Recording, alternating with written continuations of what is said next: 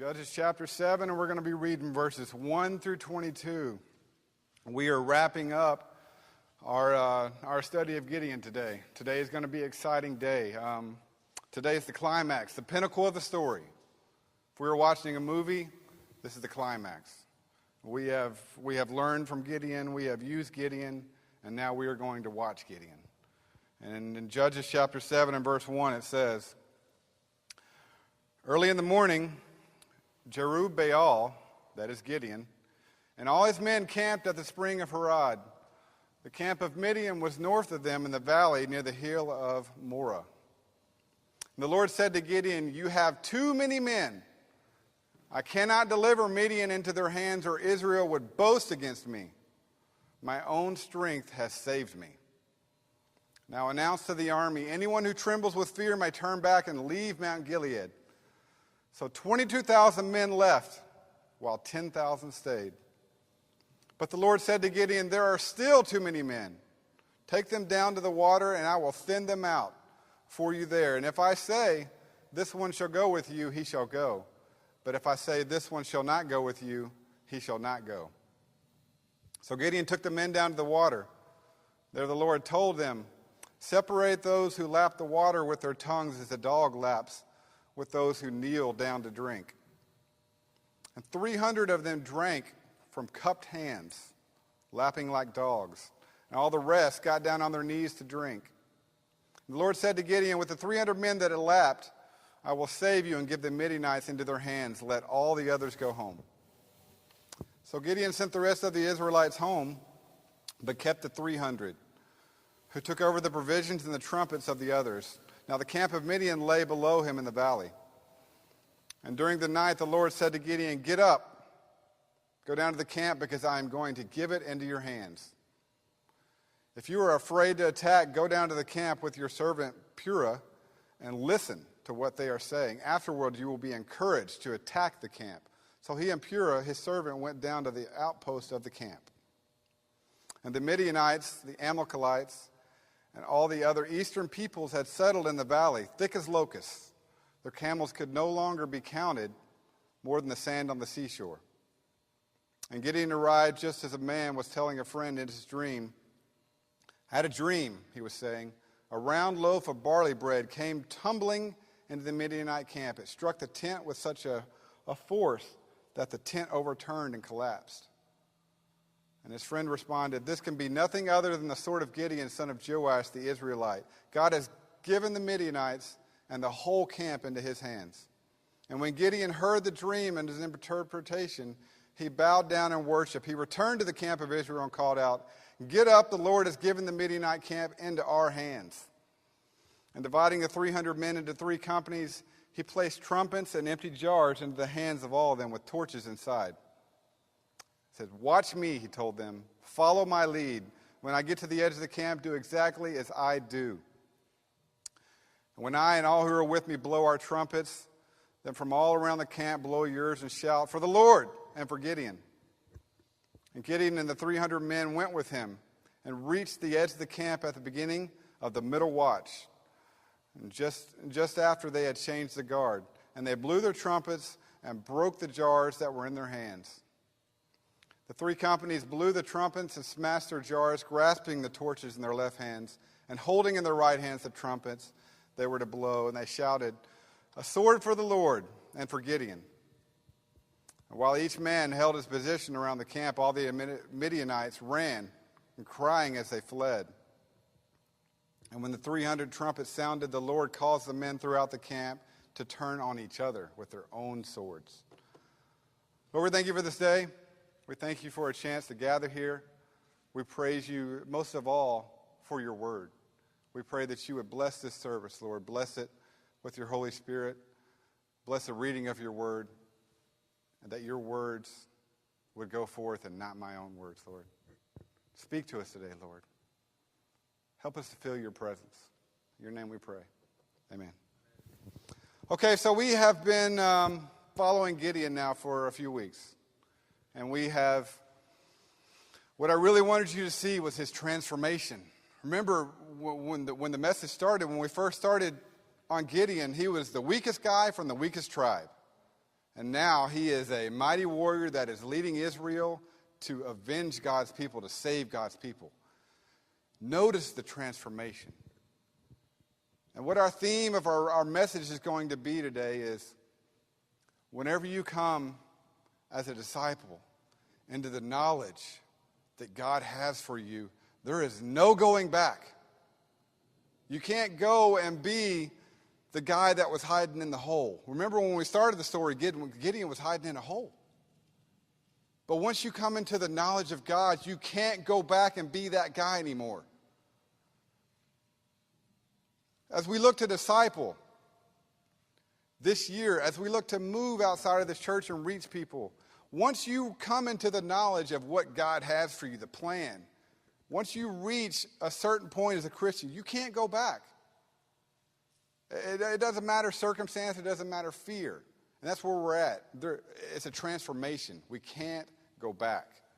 And today we are at, like I said a minute ago, we are at the climax of the story, the climax of being raised up.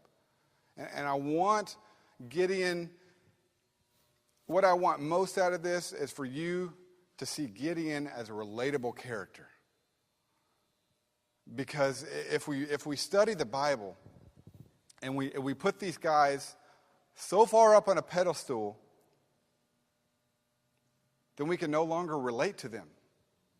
They become unreachable figures. But that's not what the Bible's for. It's for us to relate to. We relate to Gideon.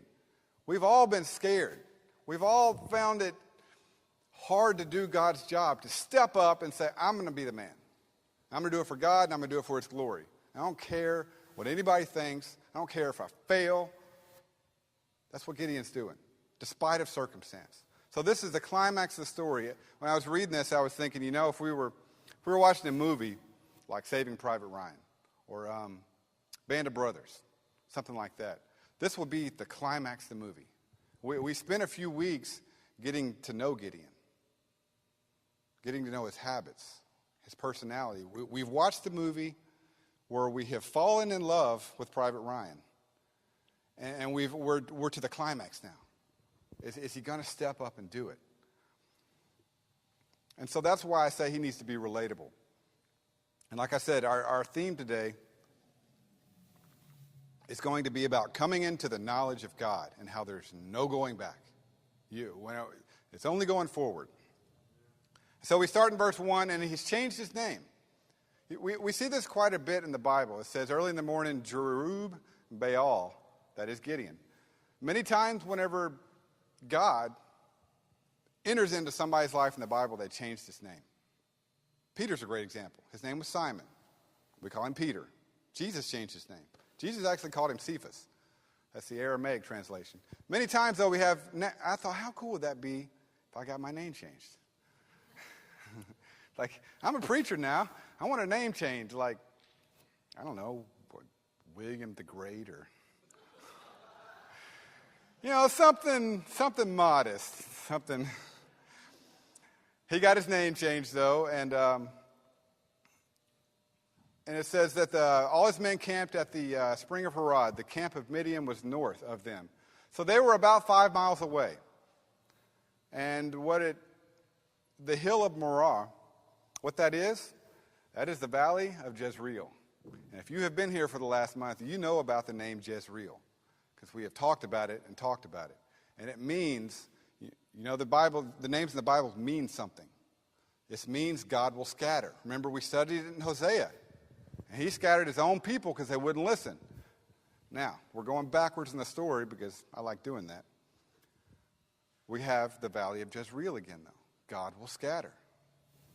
What you need to know is that hand, the right hand of God that scattered these people, he will scatter his own people if you don't listen to him. That's how deep the seriousness that God takes sin. And that's why God changed his name. He was a new person. And so they were about 5 miles away, and they were getting ready to go to the valley of Jezreel. And in verse 2 it says, the Lord said to Gideon, you have too many men. I cannot deliver Midian into your hands, or Israel would boast against me, saying that my own strength has saved me. So what we have here is Israelites have been under oppression for 7 years, under heavy oppression. And God's getting ready to save them.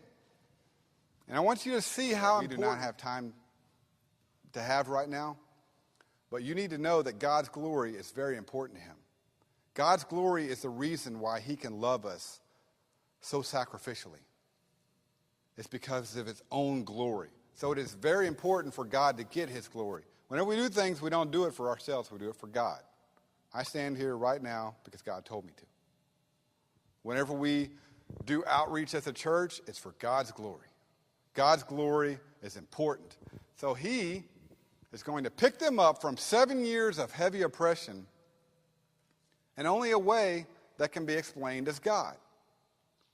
It's why we have given praise so many times for Jennifer, because it can only be explained that God was involved in every step of the way. God's glory is very important, and we should never take away from God's glory. He says that you have too many men. And so he says in verse 3, now announce to the army, anyone who trembles with fear may turn back and leave. And so we got 22,000 men left. They had 32,000 men and 22,000 left. There's a couple reasons why God told him to do this. First of all, it's in the Bible. Deuteronomy chapter 20, you don't have to pull it up. Deuteronomy chapter 20 and verse 8. One of the laws that God gave to Moses was that if the men feared, they were allowed to go home. Why? Fear is contagious. Fear is a disease. And God was their king. If God is the king, we don't need anybody who's afraid. You don't have to be on our team. Go away. The second reason, you really don't want men to be there that don't care about what they're doing. If you'd force them to stay, these were men that cared about themselves more than they cared about God's army. So God let them leave because we're giving God glory. We're not giving the army glory. So 22,000, that's over 2/3 for y'all. It's about 68%.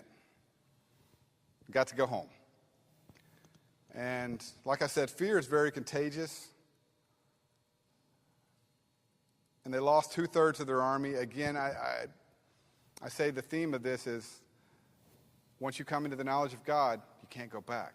These men did not understand what Gideon was doing. They didn't have God in their life. And so they got to go home. And God says, you got too many men. Now what you don't know is that the Midianite camp, there's over 100,000 people that were getting ready to go face. You got quite frankly, a group of 10,000 men looks like a small squad, a small platoon compared to over 100,000 men. But God says, you got too many men. You still got too many. You're not going to take away from my glory. And in verse 4 he says, there are still too many men. Take them down to the water, and I will thin them out.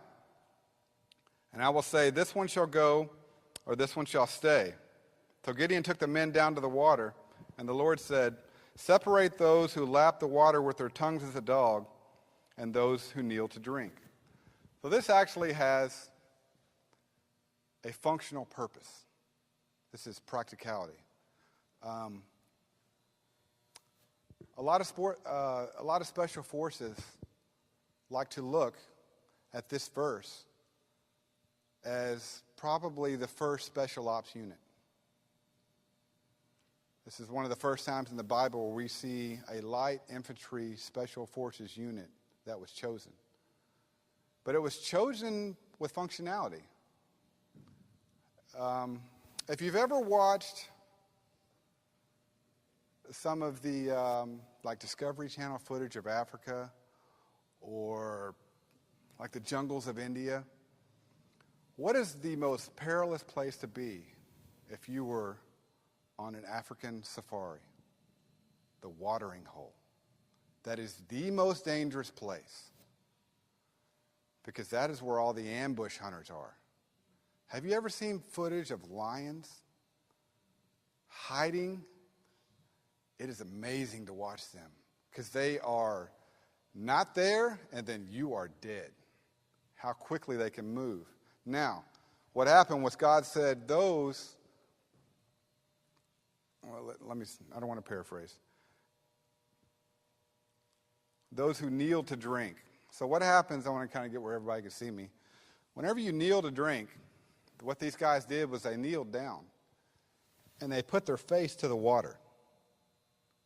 So from a practicality standpoint, how good do you think this is for tactical ops?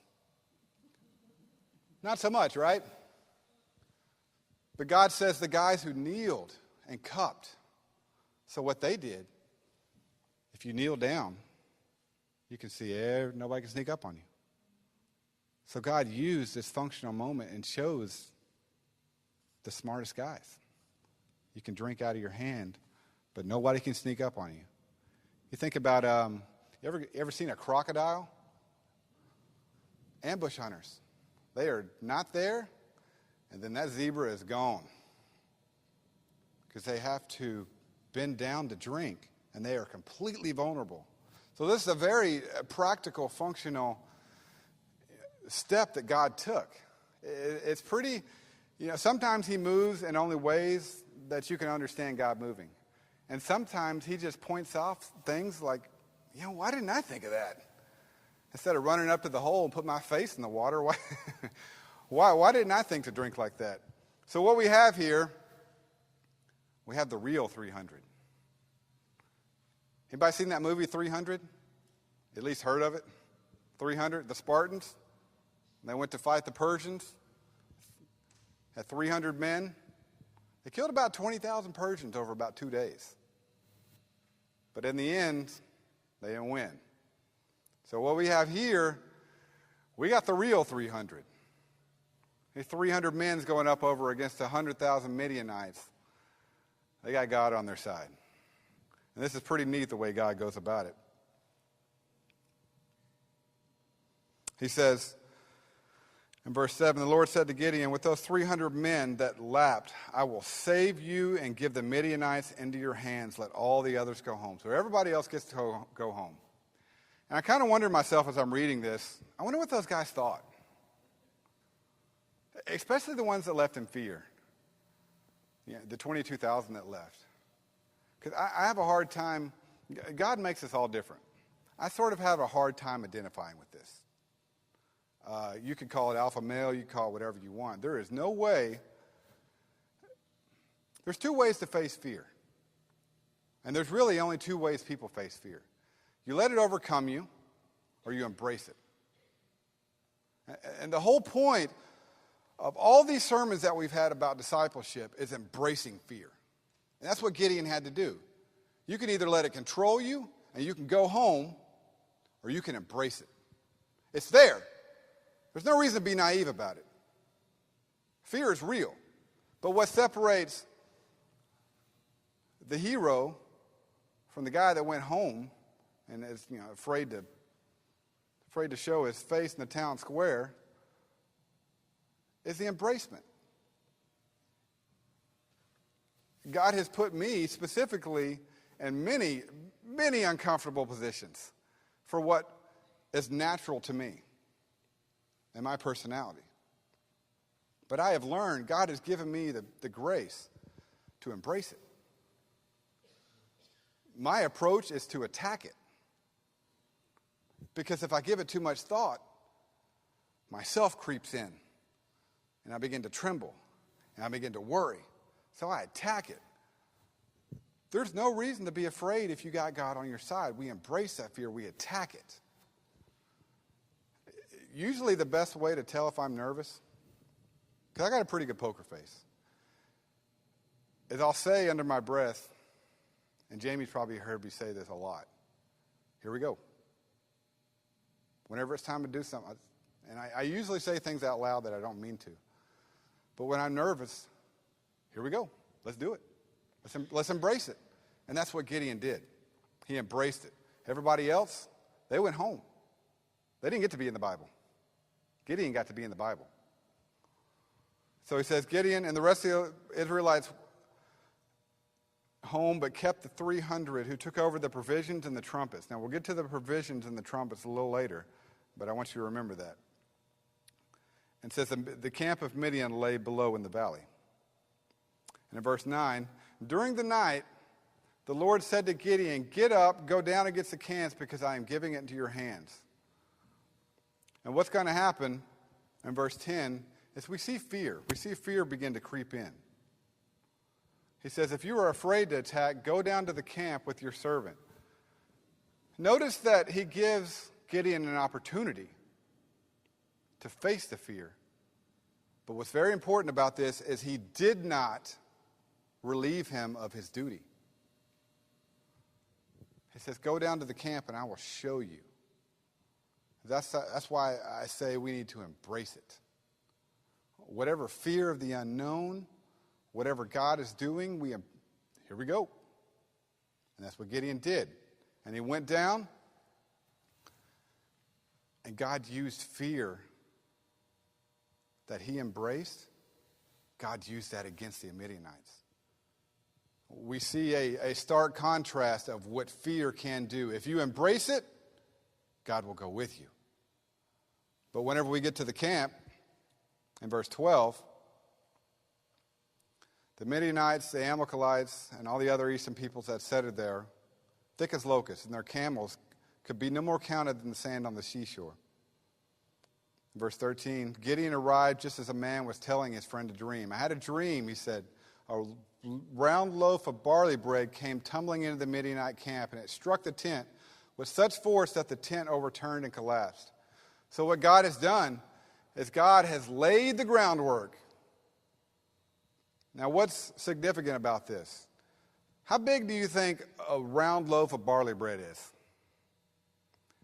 pretty small. How big is a tent? Pretty big.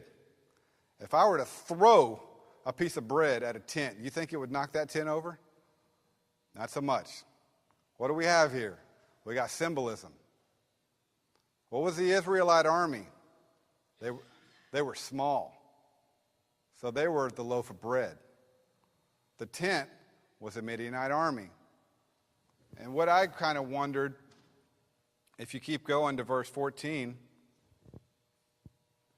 it said, this can be nothing other than the sword of Gideon. Now, how did he know that it was Gideon? Remember Gideon? The weakest guy from the weakest tribe? God used the fear. The fear that those 22,000 men had and they went home. Gideon embraced it. And now we see God using the fear against. So it's a really great story. It says, when Gideon heard the dream, he bowed down and worshiped. And he returned to the camp and he said, get up. And so Gideon sneaks down there. He hears the dream. It's on. Here we go. So verse 16, dividing the 300 men into 3 companies, he placed trumpets and empty jars in their hands. This is the provisions. What they did, whenever they got down there, they had jars. They were clay jars. And they took torches and they put them inside the clay jars so that you could not see the light, but they were still allowed to burn. And they carried the torch and the jar in their left hand, and they carried the trumpet in their right hand. And they get down there, and not only do they only have 300 people, Gideon splits them up. So it's not like they got 300 people or they can all stay together. No, he splits them up into 3 companies. So they're down to 100, 100, and 100. And they surround. And whenever Gideon gives the signal, they take the jars and they break them. And all of a sudden you have light. So you can imagine, and what did it say during the second watch or the third watch? Say it louder. Between. Listen, so he said.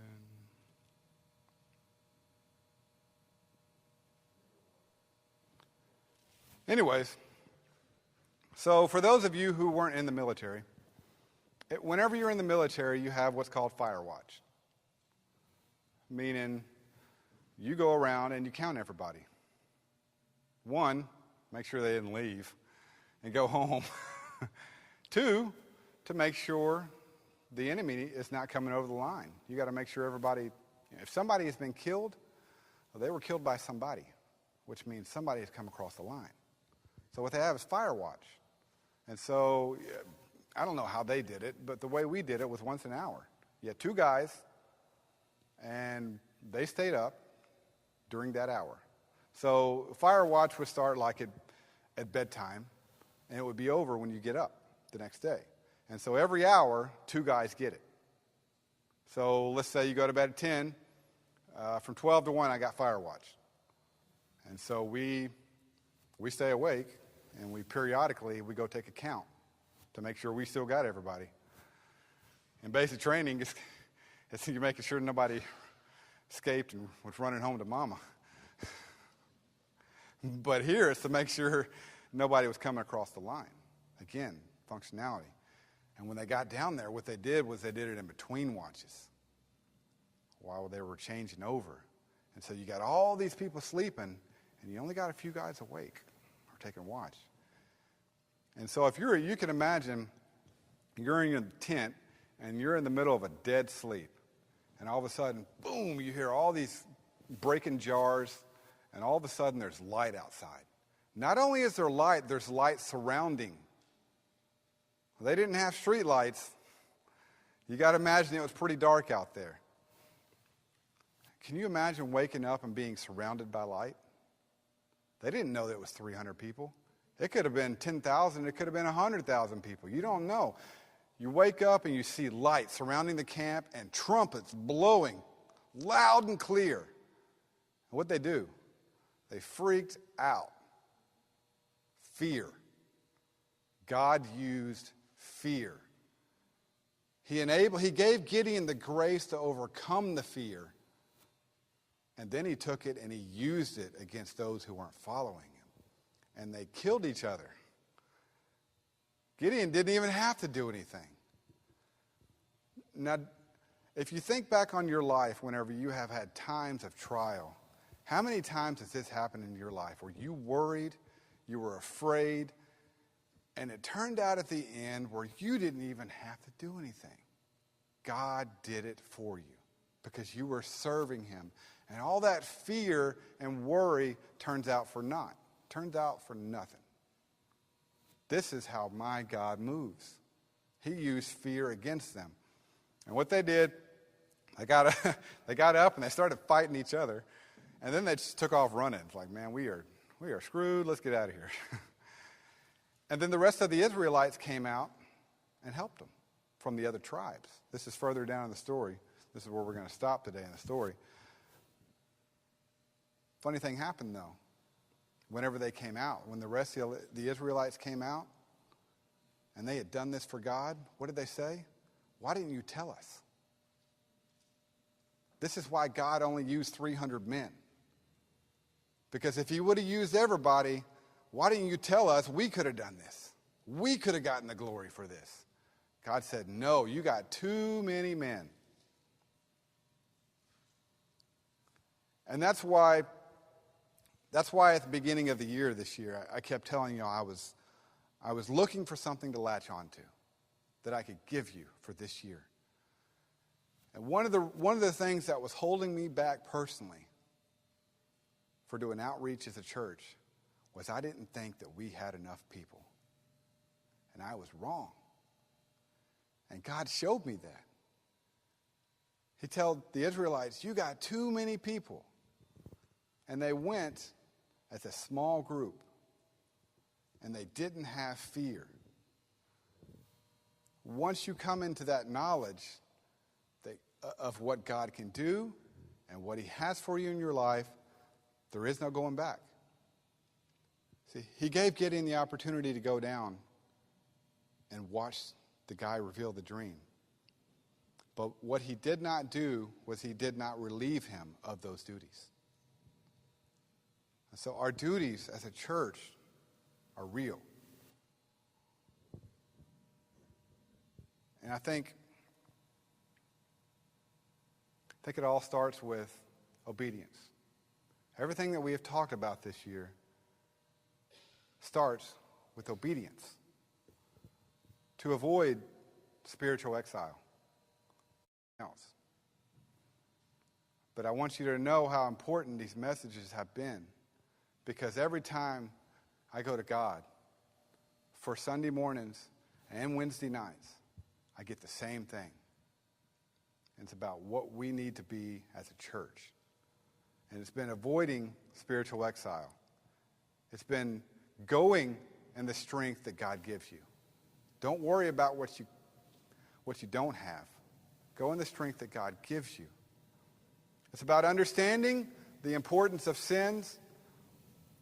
And last week we talked about getting idols out of your life. Accountability. We need to be accountable to each other and as a church. If you remember, I challenged all of you last week to call somebody or text somebody from this church that you noticed was not here and tell them that you missed them. It's about accountability. Because what we are offering, we are offering spiritual freedom. As Jamie comes down, I can't remember the name of the guy. There was a guy, he's a Christian, and he has a radio show, and he gives people advice on how to get rid of debt. Cannot remember the name of the guy. I meant to look it up. One of the themes on his show is he teaches people how to get out of debt. Practical ways how to get out of debt. It's about accountability. And one of the things that he does on his show is whenever somebody calls up and they have used his plan on how to get debt-free and they've paid off all their debt, they get to call in and just scream out over the phone, "I'm debt-free." And it's pretty neat to think about because I got a whole lot of debt. And I hope to have all that debt paid off one day. Accountability. What I can offer you today and what we need to offer each other from week to week is accountability. It's spiritual freedom. What God will give you is a chance to live your life debt-free. Spiritually debt-free. You got a clean slate. You get a new name. Gideon, he got a new name. They changed his name to Jerubbaal whenever he came into the knowledge of God. We have come as a church into the knowledge of God. And what we offer is spiritual freedom, and we offer it for God's glory. It's a simple message. But we will continue to plow forward. Let's all stand together.